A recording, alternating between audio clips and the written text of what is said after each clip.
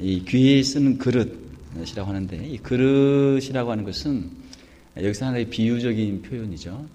여기서는 이제 사람을 뜻합니다. 이 사람은 그릇이 크다. 이 사람은 아주 사람이 많은 사람들을 품을 수 있고 앞으로 큰 인물이 될 수 있는 사람이다. 우리가 흔히 사람을 표현할 때 그릇이다라는 표현을 쓰죠. 오늘 본문 말씀에 보게 되면은 이 귀에 쓰는 그릇이 나오는데, 하나님께서는 어떤 사람을 귀하게 쓰시는가?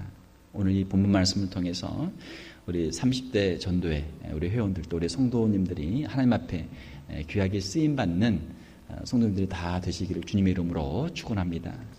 오늘 본문 말씀은 디모데후서의 말씀인데, 디모데후서는 사도 바울이 서신서를 많이 썼는데, 사도 바울이 쓴 서신서 가운데 마지막에 쓴 서신서입니다. 그래서 이 사도 바울이 하나의 유언과 같은 말씀입니다. 특별히 이 디모데후서는 사도 바울이 너무나 사랑하는 영적인 아들인 디모데에게 주신 말씀이죠. 여러분들이 정말 사랑하는 사람이 있다면 마지막 임종하기 전에 유언의 말을 남길 거예요. 내 아들아, 내 딸아, 내가 좀 이것만큼 너에게 꼭 전해주고 싶다. 사도 바울은 그러한 심정으로 디모데에게 이 디모데 후서를 기록하고 있습니다.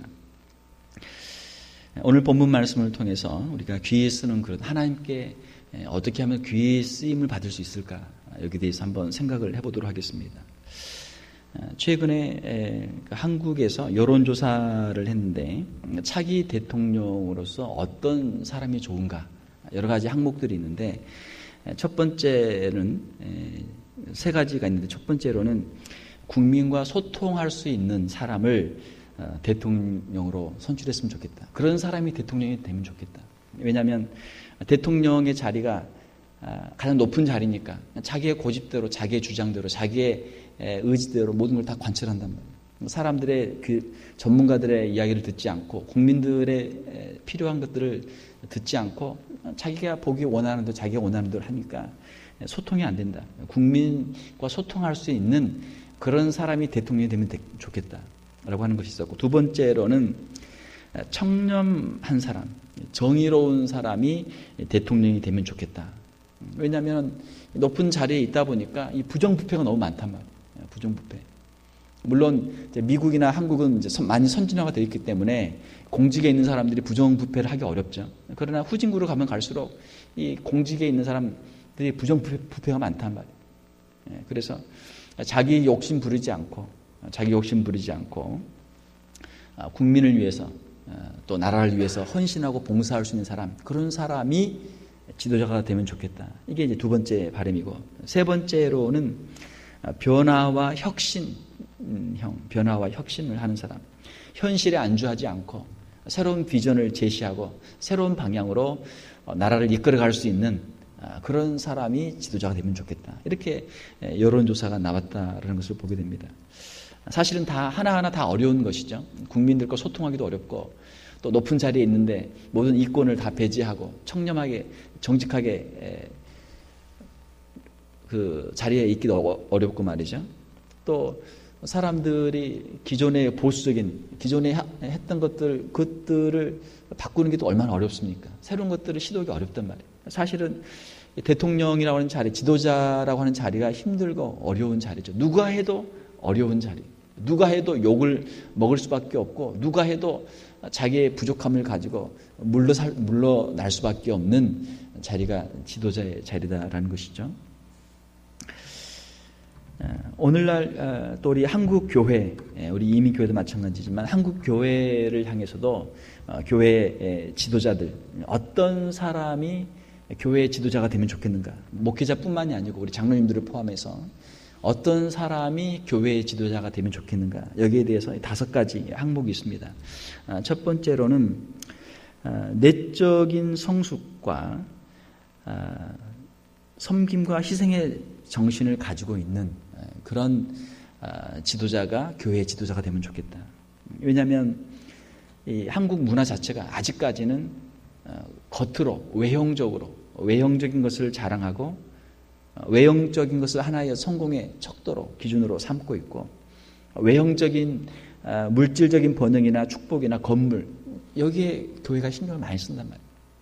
그래서 그러한 외적인 성장을 추구하는 지도자보다는 내적인 성숙과 섬김과 희생의 정신을 가지고 성경적인 그런 정신을 가지고 교회를 섬기는 지도자를 원한다라고 하는 것이 가장 첫 번째입니다. 두 번째로는 겸손과 화해와 협동의 정신을 가지고 있는 그런 지도자를 원한다. 한국 교회가 교단은 교단대로 분열하고 교회는 교회대로 분열하고 이 교회에 분쟁이 많아요.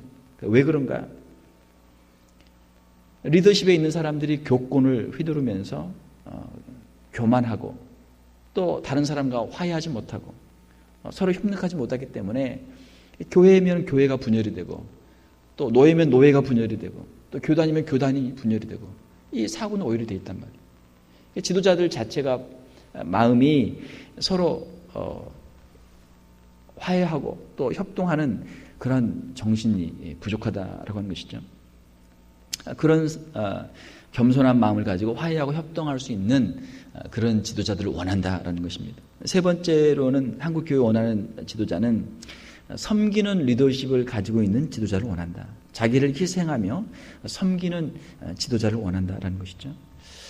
첫 번째 것과도 연관이 되겠지만 전통적으로 한국 사람들이 가지고 있는 어떤 리더십은 너무 권위주의적인 리더십이에요. 내가 모든 걸 다 해야 되고 내가 모든 걸 다 책임을 져야 되고 내가 원하는 대로 다 해야 되고 내 말을 다 들어야 되고 너무 권위주의적이라는 것이죠.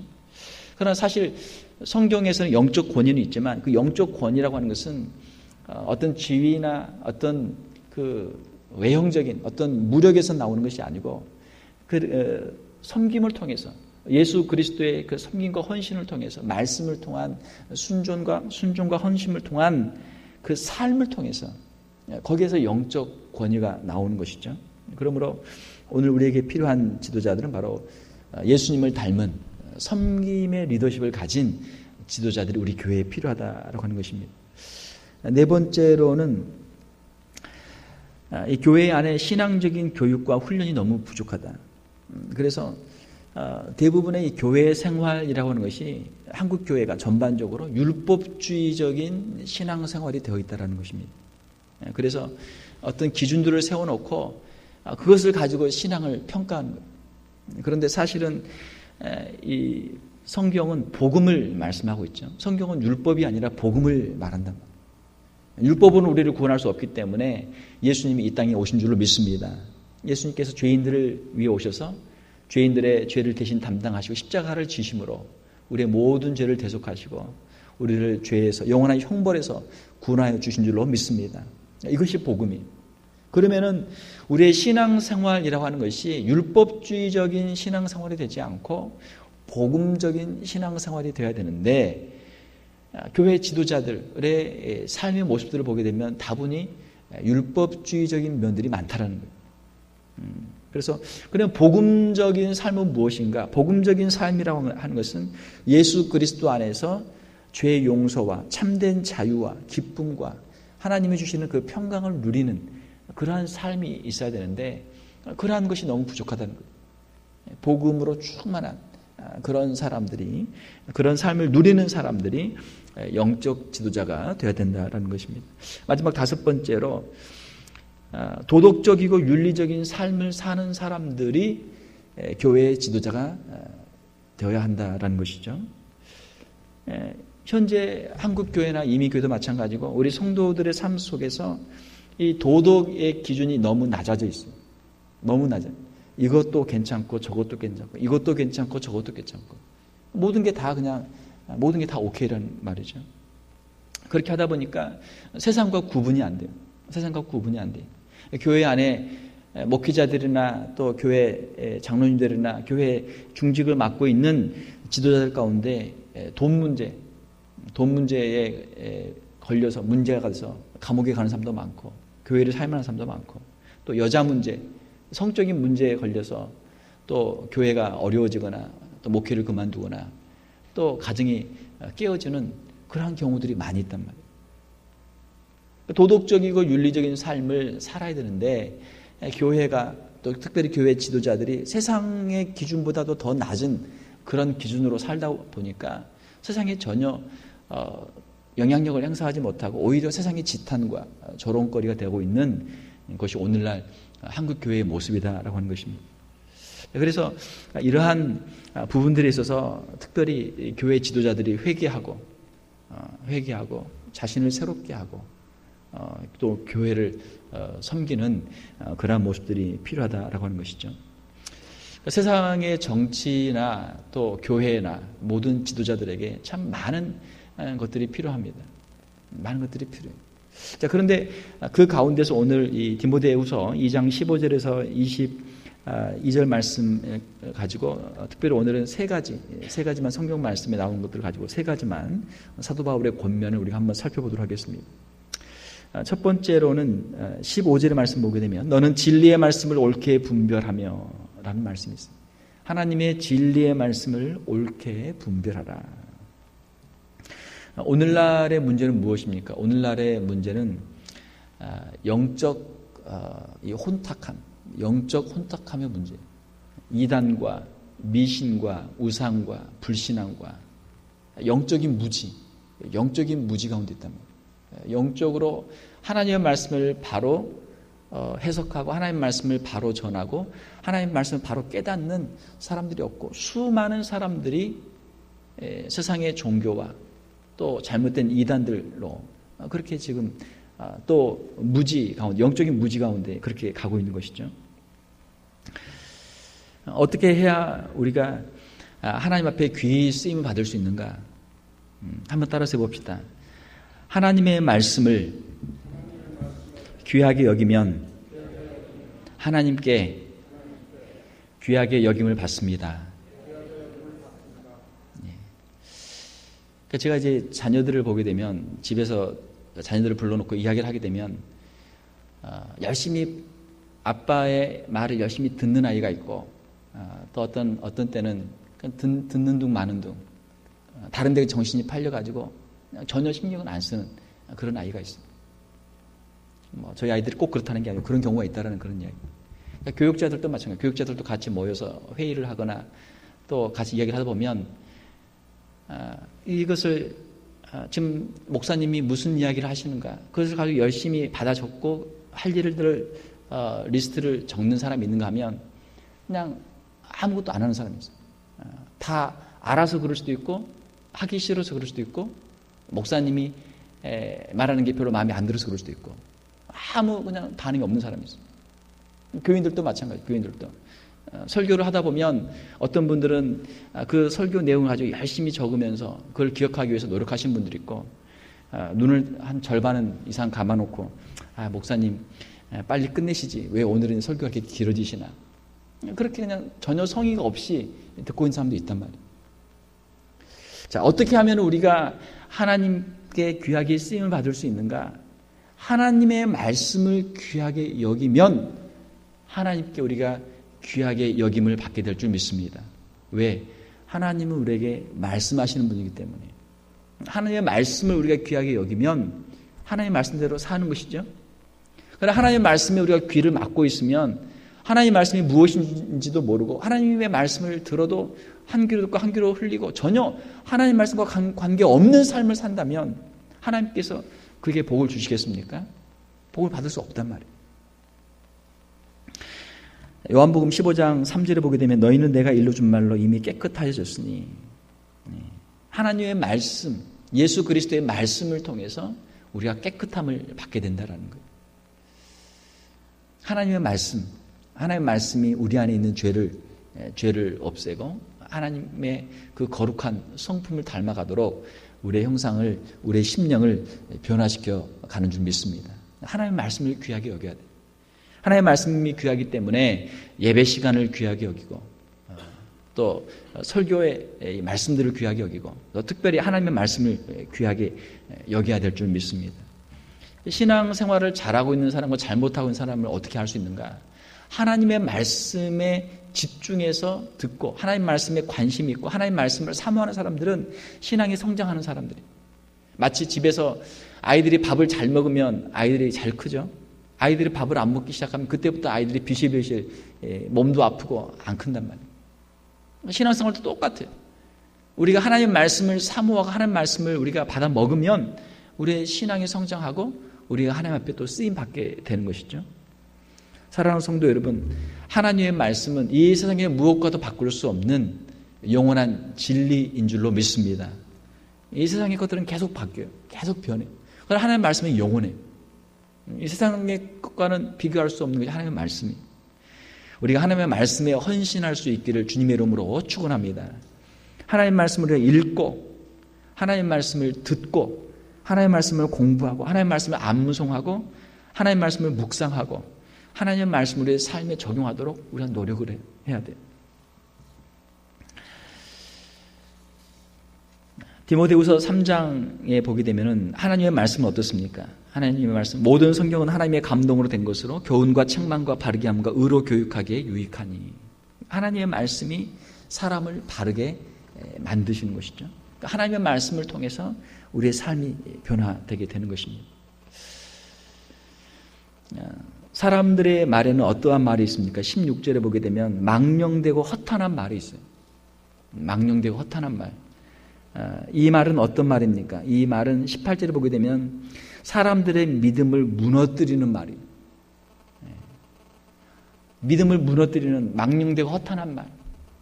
성경과는 전혀 관계없는 세상의 헛된 이야기들이죠. 우리가 망령되고 허탄한 말을 버리고 하나님의 말씀, 하나님의 말씀에 집중해서 말씀에 헌신하는 삶을 살 수 있는 저와 여러분들이 될 수 있기를 주님의 이름으로 축원합니다. 두 번째로 사도 바울이 디모데에게 권하는 것은 무엇입니까? 그것은 21절에 보게 되면 그러므로 누구든지 이런 것에서 자기를 깨끗하게 하면 귀히 쓰는 그릇이 되어 거룩하고 주인의 쓰임에 합당하며 모든 선한 일에 준비함이 되리라. 여기서 이런 것은 무엇입니까? 이런 것은 19절에 있는 불의. 하나님 앞에서 죄를 짓는 것이죠. 죄를 짓는 것. 사도 바울이 디모데에게 말씀하는 두 번째는 우리가 죄를 이기면, 자신을 깨끗하게 하면 하나님께서 우리를 귀하게 사용하신다라는 것입니다. 20절에 보게 되면 큰 집에는 금그릇과 은그릇뿐 아니라 나무 그릇과 질그릇도 있어 귀하게 쓰는 것도 있고 천하게 쓰는 것도 있나니. 자, 여기서 큰 집이 있습니다. 큰 집. 여러분의 집에도 밥그릇도 있고 국그릇도 있고 반찬그릇도 있고 뭐 여러 가지가 있죠. 여러 가지가 있죠. 그러니까 큰 집은 사람들이 많으니까 또 여러 가지 행사들이 많으니까 그릇이 더 많고 더 다양하단 말이에요. 여기서 큰 집은 하나님의 집을 여기서는 비유로 말씀합니다. 궁극적으로는 천국을 말씀하는 거고, 이거를 작게 말하면 교회를 말씀하는 거예요. 교회에도 벌써 여기 여러 사람들이 있잖아요. 교회에는 여러 사람들이 있고 하나님께서 각 사람들에게 다양한 그런 은사를 주셨다라는 것입니다. 금그릇이 있다. 금그릇. 자, 여러분은 금그릇입니까? 은그릇입니까? 아니면은 나무 그릇입니까? 아니면 질그릇입니까? 어떤 그릇이에요? 여러분은 다 금그릇이면 좋겠죠. 금그릇이면 좋겠죠. 달란트 비율을 보게 되면은 5달란트 받은 종도 있고 2달란트 받은 종도 있고 1달란트 받은 종도 있어요. 이 1달란트가 적은 돈이 아니에요. 이 1달란트는 고대 화폐 단위인데 그 당시 노동자의 한 20년치 연봉이 1달란트예요. 어마어마하게 큰 돈이에요. 어마어마하게 큰 돈. 지금 한 5만 불만 받아도 20년치면 얼마예요? 100만 불은 돈 되는 큰 돈이란 말이에요. 100만 불. 아주 큰 돈이에요. 자, 우리가 금이든 은이든 나무든 질그릇이든 하나님께서 우리를 그렇게 지으셨고 하나님께서 우리를 사용하시기 위해서 우리에게 각자 맞는 은사와 재능들을 우리에게 주신 줄로 믿습니다. 우리에게 각자 은사를 다 주셨어요. 자, 그런데 중요한 것은 어떤 그릇이 귀한 그릇입니까? 어떤 그릇이 귀한 그릇이에요? 21절 우리가 읽었잖아요. 어떤 그릇이 귀한 그릇입니까? 자기를 깨끗하게 하면 귀한 그릇이 돼요. 깨끗한 그릇이 귀한 그릇이. 금으로 되어 있는 그릇이 귀한 그릇이 아니고 은으로 되어 있는 그릇이 귀한 그릇이 아니고 깨끗한 그릇이 귀한 그릇이다라고 하는 것입니다. 한번 따라서 봅시다. 깨끗한 그릇이 귀한 그릇입니다. 네, 깨끗한 그릇이 귀한 그릇이. 우리는 흔히 이야기할 때 큰 그릇이 되라, 큰 사람이 되라. 근데 교육이 잘못되어 있어요. 항상 우리 아이들을 교육할 때 큰 사람이 되라, 큰 인물이 되라, 큰 그릇이 되라. 이게 우리 부모들의 바람이고 항상 입에 붙어있는 말이란 말이에요. 앞으로 우리가 어떻게 이야기를 해야 돼요? 깨끗한 사람이 되라, 깨끗한 그릇이 되라, 깨끗한 인물이 되라. 한번 따라서 해봅시다. 깨끗한 사람이 되라, 깨끗한 사람이 되라. 이거를 우리가 이야기를 해야 돼요. 그래야 하나님께서 우리의 자녀들을 귀하게 사용하시게 될 줄로 믿습니다. 성경에 보게 되면은 아주 좋은 조건을 가지고 있어도 죄가 있어서 깨끗하지 못해서 하나님께 버림받은 사람이 있어요. 엘리에게는 두 아들이 있었습니다. 홈니와 비느하스 두 아들이 있었어요. 대제사장의 아들이니까 얼마나 귀합니까? 자신들도 제사장이니까 얼마나 귀해요. 그러나 하나님께서 주신 그 귀한 직분, 제사장의 직분을 그들이 감사하지 못하고 하나님 앞에서 그들이 그 직분을 온전히 감당하지 못하고 고기의 욕심을, 재물의 욕심을 내고 또 성막에서 섬기는 여자들과 관계를 맺고 하나님 앞에서 그들이 범죄할 때 하나님께서 그들을 죽이셨어요. 반면에 먼 시골에서 자랐던 사무엘은 어때요? 사무엘은 하나님께서 그를 귀하게 여기시고 그와 늘 동행하시면서 그에게 말씀하시고 그를 위대한 사사로, 위대한 제사장으로 하나님께서 그를 사용하신 줄로 믿습니다.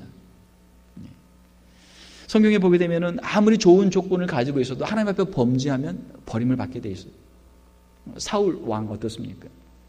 그가 왕으로서 임명을 받고 그가 모든 권세를 가지고 얼마나 그가 참 귀하게 쓰임 받았습니까?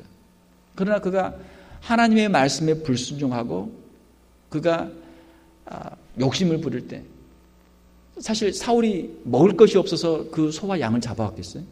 아니란 말이에요. 있어도 욕심이 더 있으니까. 있는 사람도 욕심이 있잖아요.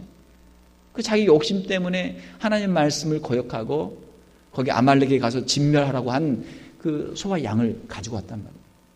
하나님 말씀에 불순종했기 때문에 그가 버림을 받았어요. 반면에 배경이 부족해도 비록 가진 것이 없어도 하나님 앞에 자기의 마음을 드리면 전심으로 하나님을 사랑하고 하나님께 헌신하면 사무엘이나 또 다윗이나 하나님께 귀하게 쓰임 받은 사람들이 많이 있습니다. 예수님 당시에도 예루살렘에도 공부를 많이 한 제사장들, 바리새인들, 서기관들이 많이 있었어요. 그러나 예수님은 그 가운데서 제자를 부르지 아니하시고 갈릴리에서 호수에서 물고기를 잡던 베드로를 부르셨어요. 나를 따라오너라. 나를 따라오너라. 예수 그리스도의 제자라고 하는 그 자리가 얼마나 귀한 자리입니까? 얼마나 참 영광스러운 자리예요. 그런데 그 당시에 학식이 많고 그 당시에 많은 것들을 가지고 있던 사람들이 예수님의 제자로 부름을 받지 못했어요. 가진 것이 부족해도, 배운 것이 부족해도, 우리가 인간적으로 우리가 부족해도 우리가 하나님을 사랑하고 예수님을 사랑하고 하나님께 온전히 헌신하면 하나님께서 그것을 귀하게 받으시고 그것을 귀하게 사용하시는 줄로 믿습니다. 이것이 중요하죠. 우리가 깨끗한 삶을 살아야 된다라고 하는 것입니다. 하나님은 우리를 어떻게 깨끗하게 하시는가? 하나님은 어떻게 우리를 깨끗하게 하시는가? 하나님은 우리를 고난을 통해서 우리를 깨끗하게 하신다라는 것입니다. 금이 어떻게 해서 순금이 됩니까? 금을 어떻게 정제를 해요? 뜨거운 불로 1000도 이상의 불로 금을 녹이면 녹는 점에 따라서 이 불순물이 다 걸러져요. 다시 또 뜨거운 불로 또 다시 가열해요. 1000도 이상의 뜨거운 불, 얼마나 뜨거워요. 그러나 그 뜨거운 불을 통해서 불순물을 걸러낸단 말이에요. 자, 우리가 고난을 당하게 되면 우리가 어떻게 해야 돼요? 고난을 당하게 되면 우리가 버려야 돼요. 고난을 당하게 되면 우리가 버려야 돼요. 정말 중요한 것만 남겨놓고 우리에게 필요 없는 것들, 우리에게 쓸모없는 것들, 우리가 가지고 있으면 안 되는 것들 우리가 버려야 돼요. 고난은 우리에게 필요 없는 것들을 버리는 시간이 고난의 시간이에요. 요나가 배를 타고 가다가 풍랑을 만났어요. 사람들이 어떻게 합니까? 짐을 내던지는 거예요. 짐을. 살아야 되니까. 자, 우리가 인생을 살아가는데 가만히 생각을 해보면 정말 우리에게 필요한 것들이 있고 우리에게 필요 없는 것들이 많아요. 필요 없는 것들이 많아요. 그런데 우리 집에도 보면 필요 없는 것들이 많이 있으면 어떻게 돼요? 정작 필요한 것이 보이지가 않아요. 정작 필요한 게 보이지 않아요. 정작 쓰려고 그러면 필요 없는 것만 자꾸 보이지 필요한 게 어디 있긴 있는데 그게 어디 있는가 찾을 수가 없어요. 우리 신앙생활도 마찬가지예요. 하나님 앞에서 우리가 우리를 헌신하고 우리 하나님 앞에 쓰임 받아야 되는데 쓸데없는 것들로 자꾸 우리 삶을 채워놓게 되면 정작 하나님 앞에 정말 필요한 걸 드리지 못한단 말이에요. 질그릇도 마찬가지입니다. 질그릇도 도자기를 굽고 나서 도자기를 이렇게 만들고 나서 그걸 뜨거운 불에 구워요. 도자기도 만들기는 흙으로 만들었지만 도자기도 그게 아름다운 그릇이 되기 위해서는 천도 이상의 뜨거운 불로 그것을 가열을 해야 돼요. 그걸 유약을 발라서 뜨거운 불로 그걸 구우면 아주 단단한 그릇이 되죠. 잘 깨지지 않는 그릇이 된단 말이에요. 사랑하는 성도 여러분, 하나님께서 우리로 하여금 통과하시게 하는 이 인생의 고난, 그 고난 가운데 기뻐할 수 있는 저와 여러분들이 될 수 있기를 주님의 이름으로 축원합니다. 왜요? 그 고난을 통해서 우리 안에 있는 불신앙, 우리 안에 있는 불순물들이 제거되기 때문에 하나님께서 우리를 연단하시고 그 고난을 통과한 후에 정금같이 나오도록 우리를 빚으시기 때문에 우리가 그 고난 중에서도 우리가 기뻐해야 될 줄 믿습니다. 우리가 죄를 버리고 정결한 삶을 살기 위해서 우리가 노력을 해야 되는데 성경에 보게 되면은 의인은 없다 그렇게 말씀하고 있어요. 우리가 사람을 쓰려고 보면 완벽한 사람이 없단 말이에요. 완벽한 사람이 없어요. 나도 그렇게 완벽한 사람이 아니고 내가 사람을 쓰려고 해도 완벽한 사람이 별로 없어요. 그 죄의 문제를 어떻게 해결할 것인가? 죄의 문제를 우리 하나님 앞에서 죄를 고백하고 회개하고 죄를 우리가 버릴 때 하나님께서 그 심령을 정결케 하시고 하나님의 귀한 도구로 사람들로 하나님께서 사용하시는 줄로 믿습니다. 우리 신앙생활에서 가장 중요한 기본적인 진리는 무엇입니까? 그것은 하나님 앞에서 완벽한 사람은 없다는 거예요. 하나님 앞에서 의인은 없다는 거예요. 모든 사람이 하나님 앞에서 죄인이라는 것입니다. 그 죄인이 살 길은 뭐예요? 예수 그리스도의 십자가를 의지하고 예수 그리스도 안에서 죄의 사함을 받는 것이죠. 사랑하는 성도 여러분, 예수 그리스도의 십자가를 의지해서 죄의 사함을 받았습니까? 예, 죄의 사함을 받아요. 예수 그리스도의 십자가를 바라보고 오직 은혜로 살아가는 사람, 그 사람이 성도예요.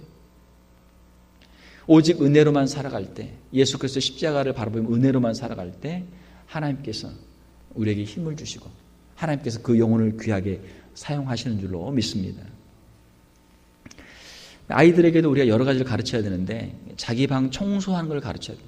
청소를 열심히 해야 돼요. 집에서도 우리 주부들도 설거지를 열심히 잘해야 돼요. 정리정돈을 잘해야 돼요. 아무리 좋은 그릇도 거기에 오물이 있고 음식 찌꺼기가 있고 그게 더러우면 다시 쓸 수가 없어요. 항상 우리의 마음도 정리정돈이 되어 있어야 돼요. 하나님께서 우리를 부르실 때 언제든지 우리가 쓰임받을 수 있도록 우리가 정리정돈이 잘 되어 있어야 돼요. 그럼 우리 22절을 보게 되면 청년의 정욕을 피하라 그렇게 말씀하고 있습니다.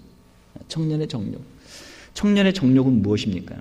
청년의 정욕은 크게 세 가지로 볼 수 있는데 첫 번째는 성적인 정욕이. 청년들은 이 성적인 데 관심이 많고 이 정욕이 아주 뜨겁단 말이에요. 성적인 정욕을 피하라. 죄를 멀리하는 것이 지혜죠. 죄는 멀리 피하는 게 지혜예요.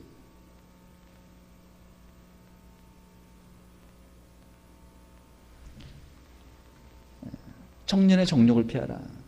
청년들을 보게 되면 성적인 유혹 때문에 넘어지는 경우가 많아요. 교회 안에서도 성적인 문제로 청년들이 어려움을 당하는 경우를 많이 보게 됩니다. 청년의 잠깐의 실수죠. 청년의 잠깐의 실수. 청년의 정욕을 피하라. 두 번째로는 청년의 정욕은 마음속에 있는 이 분노, 마음속에 있는 분노와 혈기.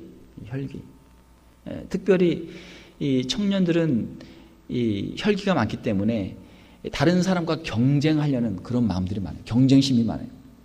경쟁심이 많다 보니까 무슨 말을 해도 절대 말에 지지 않고 말싸움에 지지 않고 자기가 끝끝내 어떻게든 이기려고 하는 그런 게 많단 말이에요.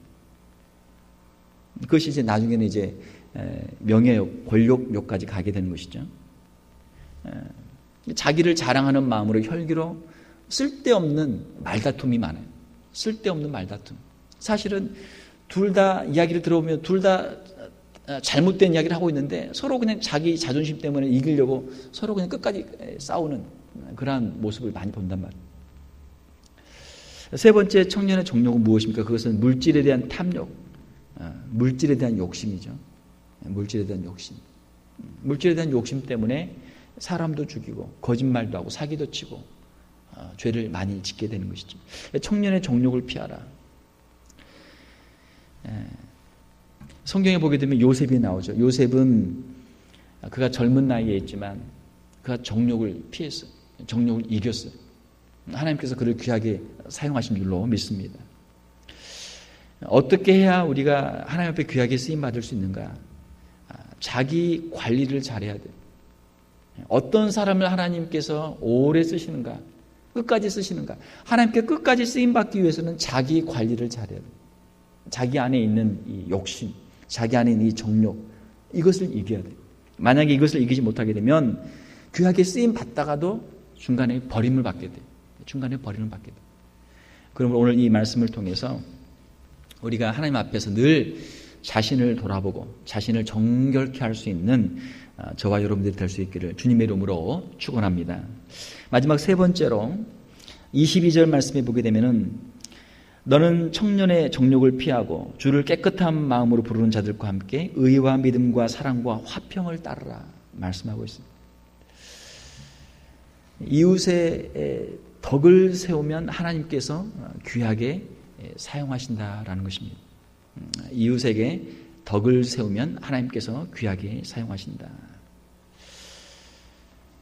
오늘 말씀을 정리를 해보면 우리 지금 현대 21세기에 있는 현대 미국이나 한국에 있는 교회가 당면하고 있는 위기들이 많은데 우리 현대 교회가 해결해야 될 문제 세 가지가 사실 오늘 본문 말씀에 다 있는 거예요.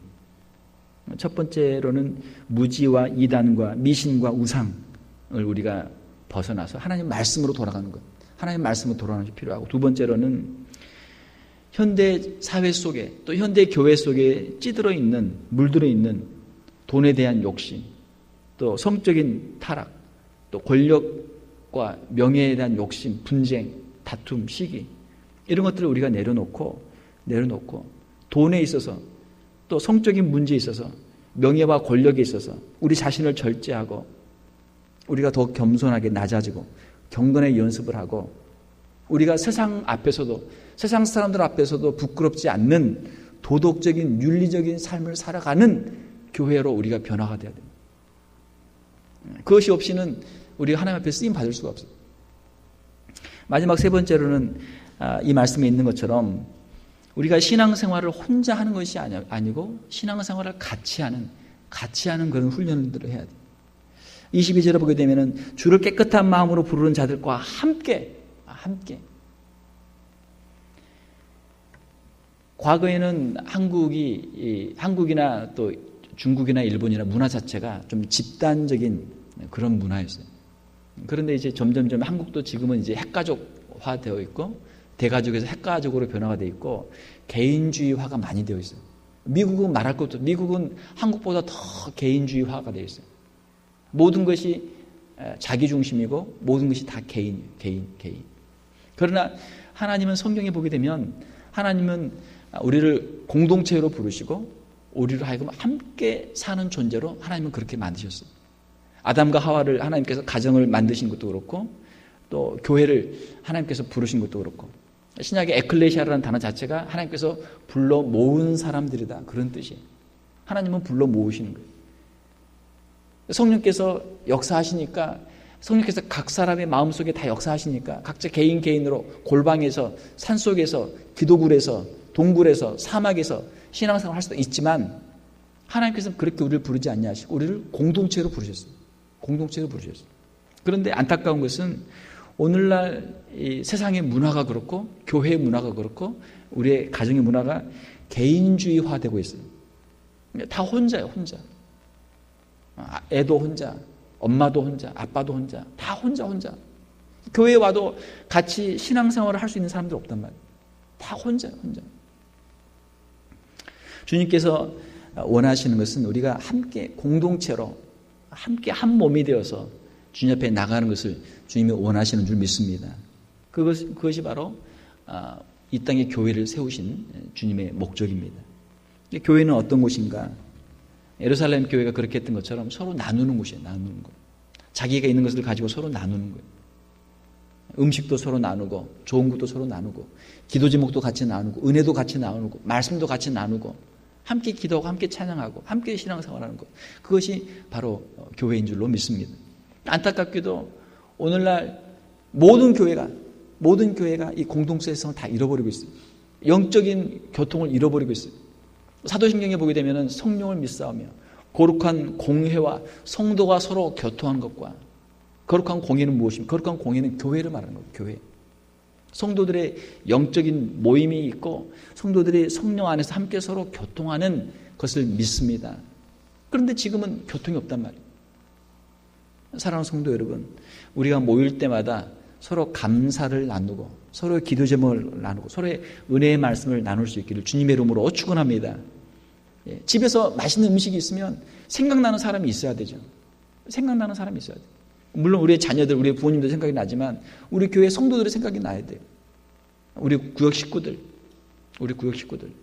또 우리 교회 목회자들, 또 우리 교회 여러 성도님들 생각이 나서 같이 음식을 서로 나눌 때 진정한 교회 공동체가 그 가운데 임하게 되는 줄 믿습니다. 제가 저희 교회 지금 이제 6년차 목회를 하고 있는데 계속해서 기도하는 거는 바로 그거예요. 교회가 좀 더 이렇게 성도들이 목회자들이 또 목회자와 성도와 성도들이 좀 더 이렇게 가깝게 좀 더 친밀하게 하나님 서로가 더 가깝게 하나가 될 수 있도록 하나님 좀 그렇게 좀 해주세요. 또 새벽마다 그렇게 기도해요. 여기 우리가 모인 사람들이 모래가 아니잖아요. 비록 모래가 모인다고 할지라도, 비록 자갈이 모인다고 할지라도 여기에 성령의 역사가 있으면 성령께서 시멘트처럼 우리를 발라가지고 우리를 모아서 우리를 하나가 되게 해서 이 건물을 세워서 교회를 하나님께서 세워 가시는 줄 믿습니다. 아무리 잘라도 그 돌이나 모래나 자갈이 다 따로따로 있어서 이게 연결이 안 되면 어떻게 돼요? 건물을 세울 수가 없단 말이에요. 교회 건물을 세울 수가 없단 말이에요. 비록 수가 적게 모여도 서로가 서로를 위해 기도하고 서로가 한 마음 한 뜻이 돼서 공동체가 되면 하나님께서 그 공동체, 그 교회를 하나님이 기뻐하실 줄 믿습니다.